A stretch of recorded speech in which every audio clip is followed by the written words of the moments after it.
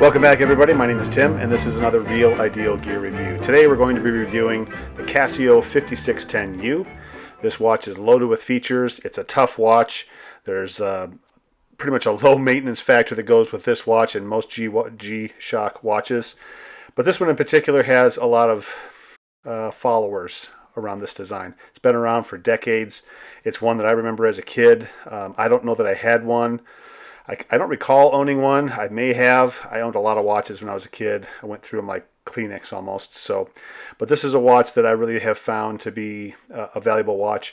In a lot of ways, it's similar to the Casio Pathfinder, which is another review that's out there. So check my playlist for the Casio Pathfinder review, and you'll find that offers a number of features that even this watch doesn't offer. So let's get into this review, and we'll start talking about the 5 things that I look at, which is size, fitment, finish, accuracy, and then illumination of the dial. In this case, illumination of the digital display. So size, this watch I think is the perfect size for small, medium, large size wrists. For the really small wrists and the really large wrists, this is not going to fit because for one thing, you have a very stiff interface between the lug and the end link, or the typical end link of a strap. And so you end up with a very stiff molded shape to it, really. So if you have a really small wrist, this may actually sit up higher on the wrist. As far as the large wrist, it's not a really long strap, and so for those of you with extra large wrists, if you have a hard time finding watch straps that fit, this might be another one that you might have some difficulty with. But there are so many modifications that are available online for this watch in particular. I would check that out. The fitment of this watch is great. The minor ding is on the adjustments for me anyway. It's on these adjustment holes on the strap. I wish they were just a little bit closer together and maybe add one more overall adjustment hole on the strap, because that way, there's kind of a larger distance between the holes, and so when you have a wrist like mine where it's a little bit too snug on the one side, you go back one hole to kind of loosen things up, and it's a little bit too loose. So somewhere in there is this minor adjustment that I think would get more finely tuned when it comes down to how the strap fits on the wrist. Let's see. The watch also, as far as the fitment goes, it's going to sit a little bit higher on the wrist than maybe some other watches, but it's really not all that much taller than most dive watches or sport watches. So I don't think that's as much of an issue at all. I really think it's in the strap and the rigidity of the strap. Now that also serves a purpose too, because it really keeps and contains the watch on your wrist. Doesn't move around a lot. The parts that are here don't move, and obviously it's fixed. So you're not going to have the wear over time in that area. The finish on this watch is plastic. It's a dull black. I mean, it's a tough watch. It's supposed to do all kinds of different functions, go through all kinds of heavier use, and so you're not going to see a lot of scratches on this. And for a lot of folks, this is kind of their beater watch, and so you may see, maybe a gouge here, a ding here, scratches on the crystal. You might see paint on it because they've been painting whatnot. So this is something that's just the way it's designed. It's a cheap watch, relatively speaking. This one is not as cheap as the other ones that are out there, but it is something that is supposed to be tough, and so the finish kind of reflects that. The design of the finish and the purpose of the watch really is reflected in how this watch is put together.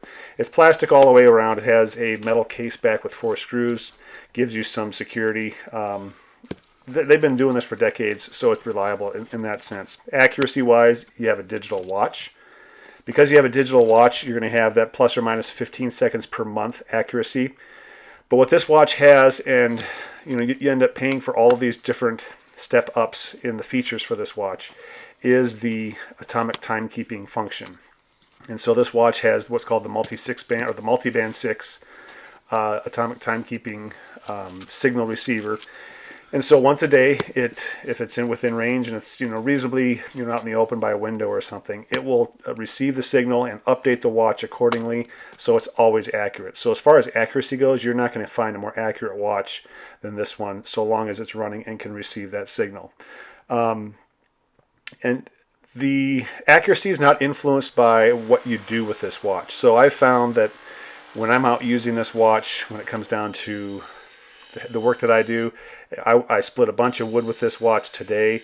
I've worn it around the house. It's kind of my off season right now, so I don't have a lot of opportunities to wear it, with gas trimmers, gas blowers, and mowers and things like that. So that's part of the typical wear that I have, but today it was with splitting wood, which is about as hard on a watch as you can get. And so it survived, hands down. Not survived. It was totally fine, unaffected by the use that I had splitting wood. Did a great job. There is an accordion style kind of a shock absorber here on the wristband. So if this was to really get yanked on your wrist, it would actually stretch out just a little bit more. You're not going to find that in some other straps. With leather straps, you're going to end up really damaging the leather. If you have a bracelet, a metal strap or metal bracelet, you might end up damaging the links themselves. So as far as the activity involved with this watch and affecting the accuracy, not a factor at all. It's a G-Shock watch. They're designed to do that.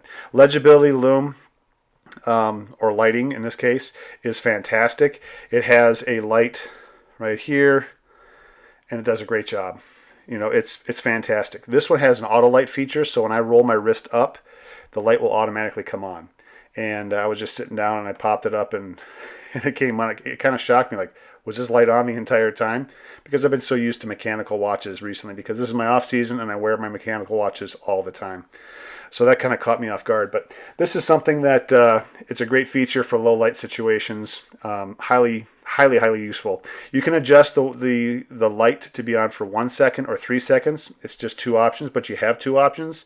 I want it on for 3 seconds because it's also tough solar, which means it charges up under just about any kind of lighting conditions. Right now it's charging its battery. And so I'll have it on 3 seconds. I'll have the auto light on. I'm not worried about the battery just yet. I don't think it's going to be an issue because I'm outdoors a lot, and so it's just, as far as the recharging goes, not an issue. So the lighting on this, tied in with the tough solar piece on here, should not be an issue as far as the battery goes. One of the things that, a couple of things I'm not real fond of is just the buttons are awfully small. So I don't have like smaller fingers, and so to get my finger in to press the button, because there's kind of a shroud on either side of the button, I actually kind of got to get the very tip of my finger or even the fingernail in on the button and press it all the way in so that it goes through the functions that I want it to go through. So that's, it's just the way it is. It's a protective feature. At the same time, it's a little bit hard for me to activate those buttons. I love the low maintenance side of this watch. It is solar powered, atomic timekeeping. Like, there's not much that you need to do with this watch. And that's why it is a great grab and go work watch. You just grab it, put it on, and it's all set to go. The auto light feature is great for the low light situations. Every part of this watch is able to withstand heavy use. And so this is a whole different category from my mechanical watch collection. These are the watches, this one and my Pathfinder are the two watches that I'm going to wear doing all kinds of heavy duty work. Light, moderate work, all the way up to heavy duty work, including splitting wood, hammering, anything that involves impact, where the watch is suddenly stopped for whatever reason. That is where I'm gonna pick this watch and my other Pathfinder every time.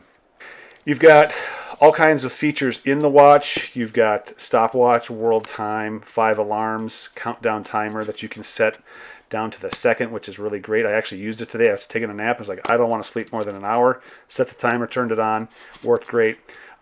These are all useful features on here, and there's not a lot of extra stuff on here.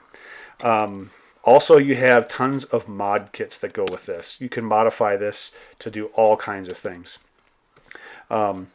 So I'm going to take my time, look at it. The one thing I know, if it's out there, and maybe you guys can let me know, is a sapphire display cover, something to protect the display a little bit more so it doesn't get scratched. I just don't want to deal with the scratches when it comes down to the digital display. One of the things with a guy like me with reading glasses is that the numbers are, I can read them with my glasses off, but it's you know, my eyes are not going to be getting better over time. So I would imagine that even this size dial and the size of the numbers that are on here will be getting tougher to read later on. If I was to compare this to my Casio Pathfinder, there's some distinct advantages that the Pathfinder has over this one.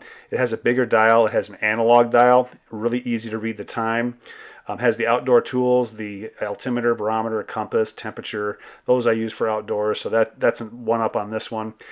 It's also low maintenance. It's not a G-Shock, but I have had a Pathfinder for over 20 years, and I've never had it fail because of the use that I've put it through. So that's not an issue for me. The dial on this one is a bit smaller. There's no, altitude, barometer, compass function on here. But it is smaller, and so on the wrist, it's just a little bit easier to manage. So between those two, I think I'd go with the Pathfinder, just because it's, again, a little bit bigger overall, has those extra features. But this is a close second. I'm going to be wearing this watch. I have been wearing this watch quite a bit, and I really enjoy it. So if you have any comments, leave them down below. Any questions on this, any ideas for modifications that I should consider moving forward, I would love to hear them. I'm new to this watch with all the modifications out there. When I was a kid, they didn't have that stuff available at the time. So this is new to me, and I'd love to hear your ideas on that. I appreciate your time. My name is Tim. This is a Real Ideal Gear Review, and thank you, and we'll see you later.